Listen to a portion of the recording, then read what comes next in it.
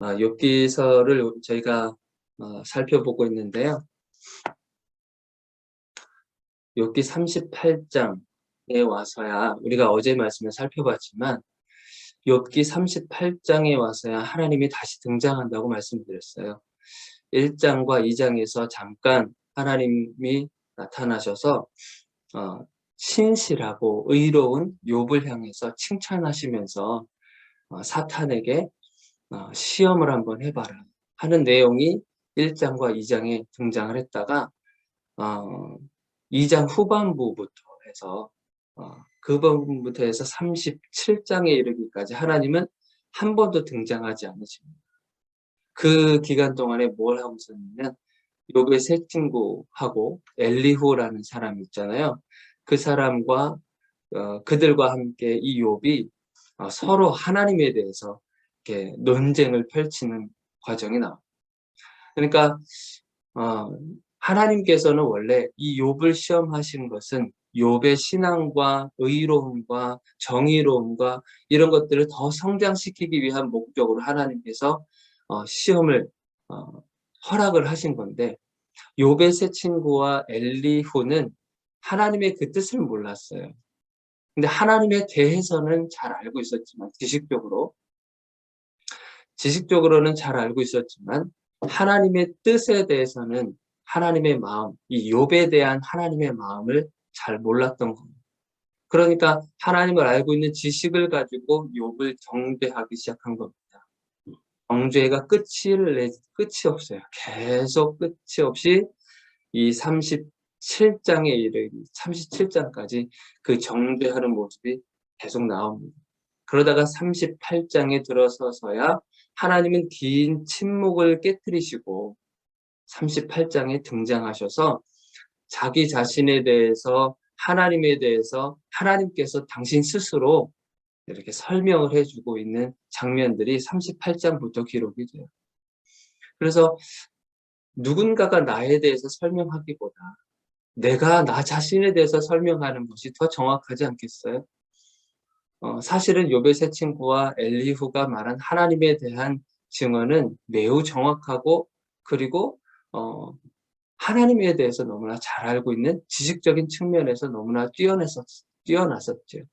그렇지만 하나님께서 등장하셔서 당신 스스로 설명하는 것에 비하면 사실은 아무것도 아닌 거예요.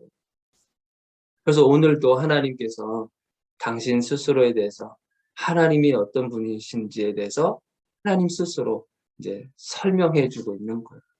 그러니까 이 말씀은 뭐냐면 우리 욥의 세 친구와 엘리후한테 그런 거죠. 너희들이 나를 다 안다고 생각하지 마라. 너희들이 경험한 게 다 아니야. 너가 알고 있는 지식이 나를 다 대변하는 거 아니야. 너희들이 성경을 66권을 다 암송한다 할지라도 그것을 다 안다고 생각하면 착각이다. 이제 그걸 얘기해 주고 계시는 거예요. 하나님 당신 스스로 이제 설명을 해주고 있는 거예요. 저는 오늘 이 본문 말씀 보면서 하나님은 참 다양한 캐릭터를 가지고 계시구나, 그거를 엿볼 수가 있었어요. 하나님은 참 여러 가지 캐릭터, 때로는 하나님이 이 무서우리만큼 정말 근엄하시고 조금 엄한 아버지의 모습으로 드러나실 때가 있잖아요. 진리에 대해서는 하나님은 가차없는 그 심판을 하시잖아요. 정말 기회조차 주지 않을 만큼 기회는 충분히 줬다. 그럼에도 불구하고 돌아오지 않겠느냐? 그럼 너희들은 심판이다. 하나님은 정말 이 진리 앞에서는 이 정말 과감한 그리고 엄한 그런 피도 눈물도 없으실 만큼 그런 모습들을 보여주시기도. 그렇지만 때로는 한편으로 돌아보면 죄인을 하나님이 품으시잖아요. 하나님께서 품으시고 용서하시고 그리고 덮어주시기도 하고, 그리고 죄인들을 위해서 대신 십자가를 지시기도 하시고 하는 그 희생적인 사랑도 보여주시잖아요. 우리 어머님의 그 품에 안겨있는 아이들을 이렇게 품으시는 그런 어머니의 모습처럼 근엄한 아버지의 모습이기도 하고 사랑이 넘치는 어머니의 모습도 보이기도 하고 그리고 때로는 이 보면은 약간 좀 재밌으신 우리 하나님도 오늘 발견하게 돼요. 이 문장을 한번 보시면 하나님이 참 재밌으세요. 표현도 재밌으시고 단어 선택하는 것도 참 재밌어요. 우리 22절에 보면 내가 눈 곳간에 들어갔었느냐 우박 창고를 보았느냐. 여러분들 눈 곳간이라고 하는 거 생각해 본 적 있어요? 우박 창고가 있다고 하는 거 한번 생각해 본 적 있어요? 하늘에 아무리 둘러봐도 그런 건 보이지 않는데 하나님이 눈 곳간을 만들어 놓고 우박 창고를 또 만들어 놓으셨다고 하는 거예요. 하나님은 참 재밌으세요. 그리고 28절도 한번 보세요. 비에게 아비가 있느냐? 비가 내리는데 비에 아버지가 있냐고 물어봅니다. 그리고 이슬방울은 누가 낳아요? 누가 낳아요? 이거를 이슬방울을 얼음은 누구의 태에서 났냐? 얼음이 또 누구에게서 그 태에서 났냐고 물어보고 공중의 서리는 또 누가 낳았냐고 또 물어보시고 또 37절에 보시겠어요? 37절에는 누가 지혜로 구름에 수를 세겠고 누가 하늘의 물주머니를 기울이겠나 해요. 하늘에 물주머니가 또 있다고 하시는 그 표현들 이 표현이 뭐예요? 우리 인간들이 참 이해하기 쉽도록 하나님께서 참 재밌는 표현하신 것 같지 않으세요? 하나님은 우리 인간의 수준까지 내려오셔서 우리에게 맞는 우리가 이해하기 쉽도록 하나님께서 설명해 주고 계시는 것을 볼 수 있어요. 하나님은 하나님 그대로의 거룩함이 있고 하나님을 어떻게 인간에게 어떻게 설명을 해줄까? 나에 대해서 설명을 해주고 싶은데, 이걸 어떻게 설명을 해줄까? 인간들이 이해하기 쉽도록. 그러니까 인간의 언어로 하나님께서 이 땅에 오신 거잖아요. 그러면서 인간이 쉽게 이해할 수 있도록 단어도 선택하신 거 보면 굉장히 동화 같습니다. 참 이런 분이 하나님이시라는 거예요. 항상 이렇게 어렵게만 생각하고 하나님은 저 멀리 계신 것만 같고 또 하나님은 너무 좀 어려우신 분인 것 같기도 하고 하는데 하나님은 그런 부분도 있지만 그렇지 않은 부분들도 굉장히 많거든요. 성경을 보면 정말 동화 같으신 동화에서만 나올 법한 그런 문장들을 기록하시면서 하나님을 우리가 또 경험하게 돼요. 또 하나님이 또 이런 것도 있는 것 같아요. 아티스트 같은 그런 부분들도 있어요. 이, 어, 31절에 보니까 내가 묘성을 메어 묶을 수 있으며 삼성의 띠를 풀 수 있겠느냐. 삼성의 띠. 이 삼성이라고 하는 건 여기 설명되어 있더라고요. 지구의 적도 상공에 있는 오리온 자리에 속한 별들을 말한대요. 그리고 32절에 보니까 너는 별자리들을 각각 제때에 이끌어낼 수 있느냐? 북두성을 다른 별들에게로 이끌어갈 수 있겠느냐? 그러니까 별자리도 하나님이 만드신 그 광활하고 어두컴컴한 그런 곳에 하나님께서 별자리까지도 다 만드신 거예요. 은곰자리, 큰곰자리, 무슨 별자리, 뭐 무슨 별자리 이렇게 해서 별자리들을 수없이 만들어 놓으신 그 하나님. 우주에 이렇게 별자리들을 만드시고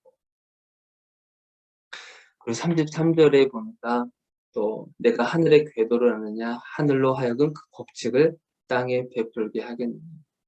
하나님은 참 이렇게 아티스트적인 부분도 있고 어떤 아이디어 같은 것도 굉장히 많으신 하나님이신 것을 좀 볼 수 있는 것 같아요. 하늘은 하늘대로, 우주는 우주대로 하나님께서 법칙을 만드시고 세상은 세상대로, 땅은 땅대로 하나님께서 법칙을 만드시고 질서를 세워 나가시고 그렇게 해서 세상을 이끌어 가신다는 하나님께서 왜 자꾸 하늘 얘기를 할까요?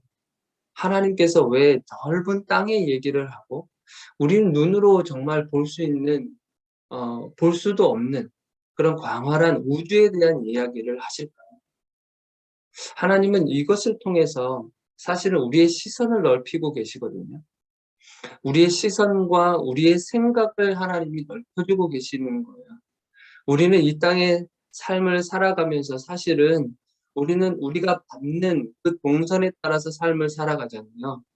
저 같은 경우는 이제 아침에 일어나서 새벽 예배하고 또 내일 아침에 있을 새벽 말씀을 준비하고 그리고 식사를 하고 이제 출근을 해요. 출근하는 그 길을 이제 차로 움직이잖아요. 그리고 그 직장에서 일을 하고 거기에서 거의 밤 6시 반까지 이제 일을 하니까 거기서 일을 하고 그리고 또다시 왔던 길을 돌아오고 집에 와 있단 말이죠, 평일에는. 그러면 그 동선에서만 제가 살아가게 그러면 그 동선에서 살고 거기에서만 머물러 있었던 시선들이 있을 거 아니에요. 그리고 사람들이 있을 거 아니에요. 그리고 내가 함께 일하고 있었던 그 사람들만 보일 거 아니에요.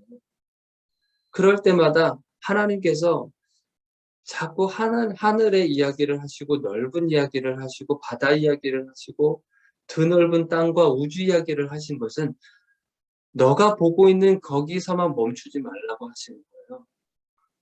너가 삶을 살아가면서 너가 걸어 다니는 그런 동네에서만 머물지 말라고 하는 거죠. 그게 다가 아니다. 너가 보고 너가 느끼고 만나는 사람들 그 속에서만 하나님을 경험하지 말고 그거보다 더 크신 하나님이 있다. 너의 생각 속에서 잡혀 있지 마라. 너가 하나님을 제한하지 마라.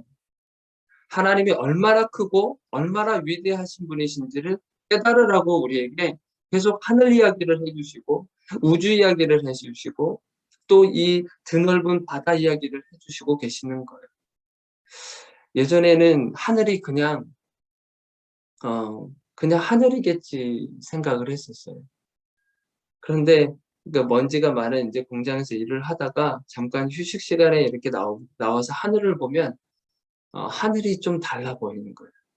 공기가 달라 보여요. 항상 느끼는 공기였지만 느낌이 다른 거예요. 그것을 보면서 하나님께서 저 참 넓은 하늘을 주셨구나. 저 하늘에 떠 있는 구름을 보시면서 하늘이 어쩜 그렇게 아름답게 보이는지 모르겠어요. 그러니까 평소에는 보이지 않았는데 하나님을 의식하고 하나님이 만드셨다고 하는 것을 생각해 보면서 하늘을 보니까 하늘이 좀 달라 보이는 거죠.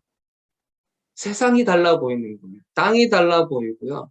바다가 달라 보이는 거예요. 우리가 하나님을 의식한 채에서 똑같은 것을 보면 달라 보이게 돼요. 하나님을 의식하지 않으면 항상 그 자리에 있기 때문에 그냥 뭐 산이지, 그냥 바다인 거지. 뭐 우연찮게 사람들이 말하기를 우연찮게 만들어졌다고 하는데 뭐 우연으로 있는 거니까 아이고 그냥 아름답네. 그냥 보기 좋네. 이렇게만 생각하겠지만 하나님을 의식한 상태에서 그것을 한번 보세요. 그러면 뭔가 달라질 거예요. 여러분들의 생각과 마음이 달라질 거예요. 같은 사물을 보더라도 달라진 것이 느껴질 거예요. 그래서 오늘 여러분들에게 숙제를 한 가지 드리려고 해요. 뭐냐면 여러분들이 삶을 살아가는 동선이 있잖아요. 그 동선 속에서 여러분들이 하늘을 한번 보시기를 바라요. 그리고 바다 근처에 혹시 부산에 계신 분들은 바다도 한번 보시고 내가 맨날 봤던 그 바다 그거 말고 하나님을 한번 의식하시면서 바다를 한번 보세요. 하나님이 얼마나 아름답게 만드셨는지. 하나님은 우리가 생각한 것보다도 굉장히 크신 분이세요. 우리가 생각한 것보다도 우리가 예상한 것보다도 정말 크신 분이신 우리 하나님이신 겁니다. 그것을 여러분들이 많이 경험하셨으면 좋겠습니다. 그리고 말씀을 통해서 하나님을 더 깊이 알아가시고 하나님이 어떤 분이신가 계속 지식적으로만 알고 있었던 하나님이 혹시라도 많이 들어오셨잖아요. 말씀을 통해서 많이 들어오시기도 했고 예배를 통해서 들어오시기도 했고 그렇지만 그것이 정말 내 가슴속에서 그것이 다 열매가 맺혀질 수 있도록 그것을 간구하시면서 하나님을 많이 경험하시기를 바랍니다. 오늘도 하나님과 함께 동행하시면서 승리하시기를 주의 이름으로 축원드립니다. 기도하겠습니다.